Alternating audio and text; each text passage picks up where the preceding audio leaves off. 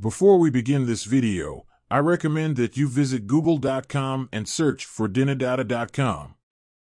This website is a great resource for the latest updates on Dinar Guru news, all conveniently located on one page.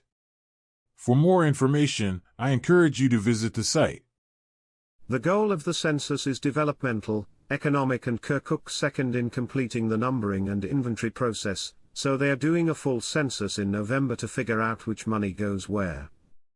I do believe this occurs right after the HCL is wrapped up and the government can then distribute the new funds.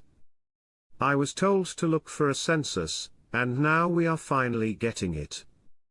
You can see the excitement of what's going on is no longer a secret, and it's being advertised and published and talked about and bragged about all over the world, from New York, the United States Treasury, all the way back to Iraq. The whole Middle East is on pins and needles. They all know? They're excited and they know it's going to affect them as well too. Treasury praises growth of non-oil economy in Iraq. A specialist details the negatives and positives of removing zeros from the Iraqi currency. Quote, Al-Morsumi said, "The process of removing zeros from the currency means replacing a new currency with the old currency with the aim of simplifying the accounting process between consumers, and it is often resorted to by countries that suffer from high inflation and have become unable to deal with paper currencies of very weak value. Deleting zeros is an imaginary change in the value of the currency and does not change its purchasing power." U.S. support for Iraq's reform steps. Non-oil GDP indicators rise and exceed twice the population growth rate. They are clearly hammering the concept of Iraq's ability to reform her banking and financial sectors among the many other sectors, namely the non-oil sectors. They have had a significant focus on the 6% growth rate in revenues. There is also a focus on the international financial connectivity. Thus, with the focus they have on these topics, we can see that they mean business. Iraq can only change the rate at 1 or 2 points in the year, beginning or the middle of the year.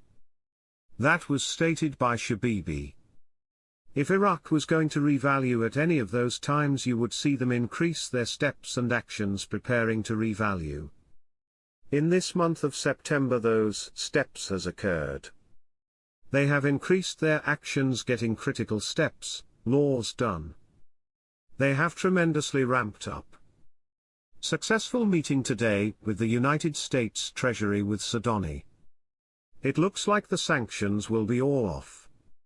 Frank, they're reporting to the Iraqi citizens what they're accomplishing at the United Nations with the US Treasury, but this stuff is old. It's ancient history. What you are seeing is nothing more but formalities. I am excited to see Sudani return back and talk to you Iraqi citizens. VND, IO, will it be higher than 47 cents?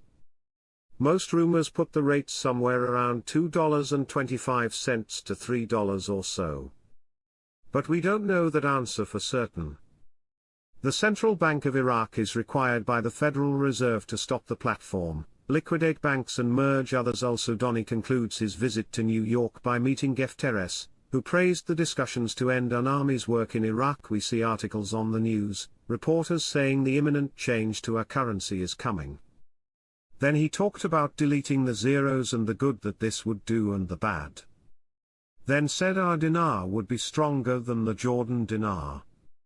Iraq plans currency redenomination amid economic challenges. They are talking openly about redenomination, deleting the zeros or make them unnecessary and remove them, and we are seeing this over and over again. Kuwait used the exact same language. Prime Minister Mohammed Shia al-Sudani confirmed today, Thursday, that Iraq is going through an unprecedented phase of stability and recovery since 2003, during a dialogue session in New York in the presence of an elite group of investors and businessmen. Al-Sudani stated during the session, according to a statement issued by his office, and received by Al-Maluma Agency, that the government has embarked on a series of rapid projects, including the important agreement with Total, which will contribute to increasing oil production and investment in associated gas by about 600 million standard cubic feet, in addition to offering the fifth and sixth rounds appendix, and coming up with contracts to produce oil and invest in gas. Al-Sudani said, after 2028, Iraq will achieve self-sufficiency in gas, in addition to activating oil derivatives projects, including the strategic Karbala refinery, whose production capacity reaches 140,000 barrels per day, as well as rehabilitating the Baiji refinery, which was completely destroyed during the battles to liberate Baiji, and its production capacity is 150,000 barrels per day.